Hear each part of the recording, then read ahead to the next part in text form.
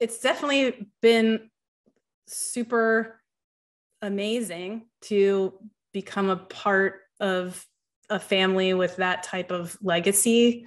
I think it's astonishing, even to them, even to her relatives and her, and, you know, they understand the power and the beauty of what he did. And what's amazing is, for me to have witnessed, is that, you know, we all in our families have heirlooms and art pieces and things we grew up around. Like I grew up, like I said, that memory of looking at your piece, your painting in our house, right? That stuck with me from my childhood.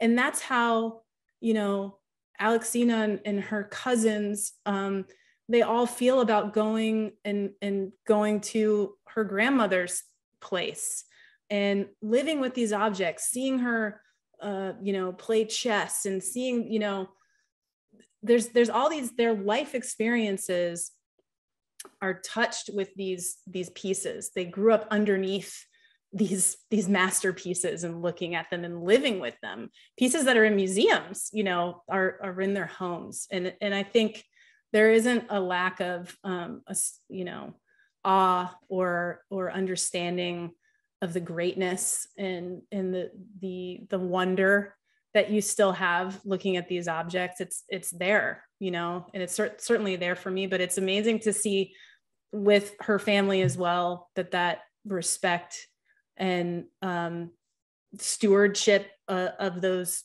pieces and of his legacy, and but also, you know, of her. I say that, like, her family is very interesting, because you have HM, you know, was her great grandfather. Her grandfather was an art dealer, and her grandmother, their friendships, they were very much like living in this world of art, beyond even Henri Matisse's time, but into, you know, the 20s, 30s, and 40s with, you know, and beyond with Miro and Jasper Johns, all these amazing artists that were connected to her grandfather. And then her aunt and uncle, you know, there are artists in her family, her cousin Sophie. There are amazing artists, like, all through, or people who are in that world all through these generations. So this multi-generational, you know, aspect of her family and being immersed in that, and is amazing. And it is astounding, I think, sometimes to think about.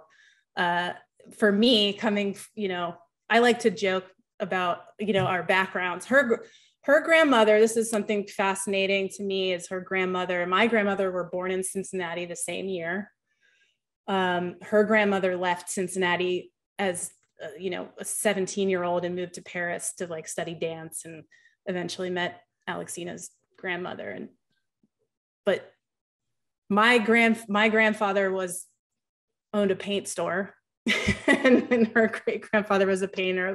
Different sides of the tracks, but it's very, you know, it's great, but it's also great. You know, I think it's hard for some families that have a name such as that, or someone to live under that shadow. You know, I think that can be difficult for some people, but I find, and I feel like maybe this is the nature of him and, you know, Matisse's love of the natural world and beauty, and how his own perspective, that I find that spirit of just love and respect of the beauty and the essence of it. It's all there. There isn't this, you know, a big sceney kind of thing. I don't know, a more eloquent way to say that. It feels very comfortable, you know, and it feels like a natural, just the same way as I would look at, you know, the creativity of my family and the legacy that we have, that we pass down. It's that comfort level.